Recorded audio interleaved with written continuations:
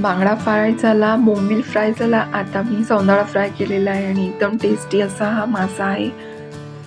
बांगडा, बोंबील, बाकी सुरमई वगैरे जसे टेस्टी मासे आहेत त्यापैकीच एक हा सौंदाळासुद्धा आहे. फिश सौंदाळा मासासुद्धा खूपच टेस्टी असा हा बनतो आणि फ्राय केल्यानंतर एकदम असा आपला कुरकुरीत. आज मी रवा न लावता फक्त मसाले घालूनच हा मासा करणार आहे. एकदम सिंपल असा रवा न लावता पण एकदम टेस्टी असा मसालेदार हा मी फिश बनवणार आहे. नमस्कार सर्वांना, मी आहे अर्पिता आणि माझ्या कुकिंग व्लॉगमध्ये तुम्हा सर्वांचं स्वागत आहे. इथे मी माशांना पहिला लिंबू मीठ लावून घेतलेलं आहे आणि त्याच्यानंतर आलं लसूण पेस्ट ही 2 चमचे घेतलेली आहे. आलं लसूण पेस्ट ही घरातच केलेली आहे. 2 चमचे कोथिंबीर घालून चांगली पेस्ट केलेली आहे आणि आता हा मासा मुरत ठेवणार आहे मसाला लावून. मिरची पावडर 1 चमचा होईल एवढं मी घातलेलं आहे. 1 ते 1.5 चमचा होईल एवढं घालायचं आहे, जेणेकरून हा तिखट फ्राय केल्यानंतर तिखट हा मासा लागावा ह्याच्यासाठी. आणि आता हे मसाला सर्व मी या माशांवरती पसरून घेणार आहे. चांगले मुरत ठेवायचं आहे सगळीकडं एकसारखं असं दोन्ही साईडला लावून घेणार आहे माशाला. 1 ते 1.5 तास हा मासा मुरत ठेवायचा आहे, असं मॅरिनेशन करायचं आहे. मसाल्यामध्ये मुरल्यामुळे जास्त अशी ही चांगली टेस्ट येते माशाला. त्यामुळे 1 ते 1.5 तास असा हा मॅरिनेशनसाठी आपण फ्रीजमध्ये ठेवला तरी चालेल. आणि ह्याच्यासोबत मी अंडा करीसुद्धा बनवणार आहे. अंडा करीसाठी इथे मसाला मी घेतलेला आहे. तीळ, जिरे, धणे, सुके खोबरं सगळं फ्राय करून घेतलेलं आहे.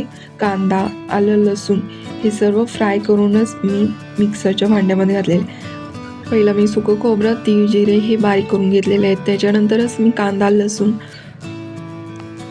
आलं हे पेस्ट करण्यासाठी टाकलेलं आहे आणि त्याच्यावरती कोथिंबीरसुद्धा थोडीशी घातलेली आहे. कोथिंबीरमुळे चांगलं फ्लेवर येतं, टेस्ट येते मसाल्याला आणि करीला खूप छान असं टेस्ट येते. त्यामुळे कोथिंबीर वापरायची आहे भरपूर. आणि इथं मी पॅनमध्ये 1-2 ते 2.5 पळी होईल एवढं तेल घेतलेलं आहे. त्याच्यामध्ये कांदा फ्राय करून तो मसाला जो केला होता अंडा करीसाठी तो घातलेला आहे. हा चांगला फ्राय होऊ द्यायचा आहे मसाला आणि चवीनुसार मीठ घातलेलं आहे. आणि ही कांदा लसूण चटणी मी घरातलीच वापरलेली आहे. 2 चमचे होईल एवढी. कोल्हापुरी कांदा लसूण चटणी ही मार्केटमध्ये अवेलेबल असते. तुम्हाला कांदा लसूण चटणी जर मार्केटमध्ये जी अवेलेबल असते ती तुम्ही घेऊ शकता. एकदम टेस्टी असं जेवण होतं. आणि आता ही पॅनमध्ये मी थोडंसं पाणीसुद्धा ॲड केलेलं आहे. 1-2 वाटी होईल एवढं. आणि एकदम थोडीशी थिकनेस ठेवलेलं आहे याला करीसाठी. जास्त असं पातळ केलेलं नाही आहे, मीडियम अशी केलेली आहे करी. तुम्हाला हवं तेवढं पाणी घालू शकता. एकदम दाट करायचे असेल तर दाट करू शकता. इथे मी कोथिंबीर थोडीशी वरून गार्निश केलेली आहे आणि ह्याला चांगली उकळी येऊ द्यायची. आणि इथं मी 4 अंडी घेतलेली आहेत, ती अशी पाण्यात उकडत घातलेली आहेत. फुल म्हणजे अंडी बुडतील एवढं आपल्याला पातेल्यात पाणी घालायचं आहे. आणि 10 ते 15 मिनटं मीडियम फ्लेमवरतीच ही अंडी मी शिजवून उकडून घेतलेली आहेत चांगली. आणि याचे टर्फल काढून ह्याच्यामध्ये करीच्या मसाल्यामध्ये घालून घेतलेली आहेत ही अंडी. आणि त्याच्यामध्ये अंडी ही 2 मिनटं गरम करून घेणार आहे आणि लगेचच आपली ही अंडा करी ही तयार आहे. 1 ते 1.5 तासानंतर सौंदाळा हा मी फ्राय करायला घेतलेला आहे. पॅनमध्ये थोडंसंच तेल सोडलेलं आहे आणि याच्यामध्ये तो डायरेक्ट मी घातलेला आहे हा मासा तेलामध्येच. मी याला रवा वगैरे वरती पीठ तांदळाचं काहीही लावलेलं नाही.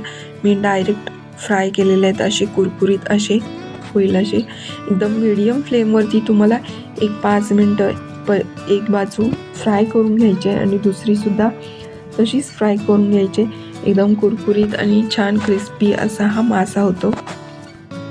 रवा तांदळाचे पीठ कॉर्नफ्लॉवर न लावता सुद्धा हा मासा खूप छान असा टेस्टी लागतो, क्रिस्पी होतो, कुरकुरीत होतो फ्राय केल्यानंतर. आणि ही आपली ही अंडा करी आणि सौंदाळा फिश थाळी तयार आहे. हा माझा ब्लॉग तुम्हाला कसा वाटला हे नक्की कमेंट करून सांगा.